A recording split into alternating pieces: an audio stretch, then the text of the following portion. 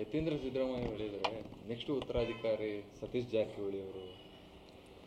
ಇದು ಕಾಂಗ್ರೆಸ್ ಪಕ್ಷ, ನಮ್ಮದು ಹೈಕಮಾಂಡ್ ಪಕ್ಷ.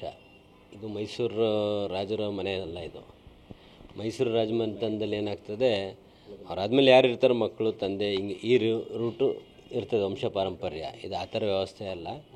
ಹೈಕಮಾಂಡ್ ತೀರ್ಮಾನ ಮಾಡ್ತದೆ. ಹೈಕಮಾಂಡು ತೀರ್ಮಾನಕ್ಕೆ ನಾವೆಲ್ಲ ಬದ್ಧರಾಗಿರಬೇಕು. ಮುಂದಿನ ಉತ್ತರಾಧಿಕಾರಿ ಯಾರು, ಮುಂದಿನ ಮುಖ್ಯಮಂತ್ರಿ ಯಾರು ಅನ್ನೋ ವಿಷಯಕ್ಕೆ. ಅದನ್ನೆಲ್ಲ ಈಗೆಲ್ಲ ಯಾರ್ಯಾರು ಏನೇನು ಹೇಳಿಕೆ ಕೊಟ್ಟು ಪಕ್ಷಕ್ಕೆ ಮುಜುಗರ ಆಗೋಂಥದ್ದನ್ನು ಮಾಡಬಾರ್ದು. ಏನಾಗ್ತದೆ, ಅವರೊಬ್ಬರು ಸೀನಿಯರ್ ಲೀಡರ್ ಇದ್ದಾರೆ.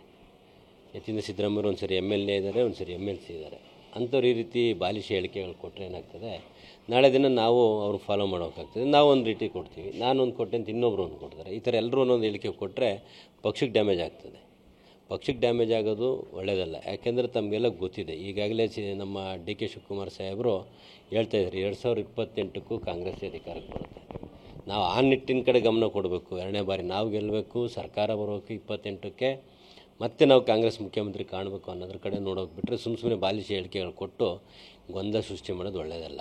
ಆಮೇಲೆ ಹೈಕಮಾಂಡು ಸಹ ಗಮನ ಕೊಡಬೇಕಾಗ್ತದೆ. ಯಾಕೆಂದರೆ ಒಂದು ಓಟು ಎಷ್ಟು ಇಂಪಾರ್ಟೆಂಟ್ ಅಂತೀವಿ. ನಮ್ಗೆ 2-2.5 ಲಕ್ಷ ವೋಟರ್ಸಲ್ಲಿ ಒಬ್ಬ MLA ಓಟು ಅಷ್ಟೇ ಅವಶ್ಯಕತೆ ಇರ್ತದೆ ಸರ್ಕಾರದಲ್ಲಿ.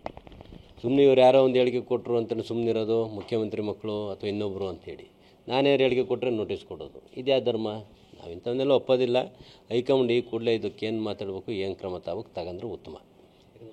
ಮಗನೇ ಈ ಥರ ಒಂದು ಹೇಳಿಕೆ ಕೊಟ್ಟಿರ್ತಾರೆ, ಎಲ್ಲೋ ಒಂದು ಸಿಂಟಮ್ಸ್ ಇರಬಹುದು. ಹಾಗಾದರೆ ಇಲ್ಲ, ತುಂಬ ಸರಿ ಅವ್ರು ಮಾತಾಡ್ತಾ ಇದ್ದಾರೆ. ನಾವು ಸೀನಿಯರ್ ಲೀಡ್ರು ಅಂತೇಳಿ ನಾವು ಏನು ಮಾತಾಡೋಕ್ಕೆ ಹೋಗಿಲ್ಲ. ಆದರೆ ಈ ಥರ ಹೇಳಿಕೆ ಕೊಡಬಾರ್ದು. ಪಕ್ಷಕ್ಕೆ ಯಾವತ್ತೂ ಮುಜುಗರ ಆಗಬಾರ್ದು. ಪಕ್ಷ ಇದ್ದರೆ ನಾನು ಇನ್ನೊಬ್ಬರು, ಪಕ್ಷನೇ ಇಲ್ಲ ಅಂದರೆ ಯಾರು ಉತ್ತರಾಧಿಕಾರಿನೂ ಇರಲ್ಲ, ದಕ್ಷಿಣಾಧಿಕಾರಿನೂ ಇರಲ್ಲ.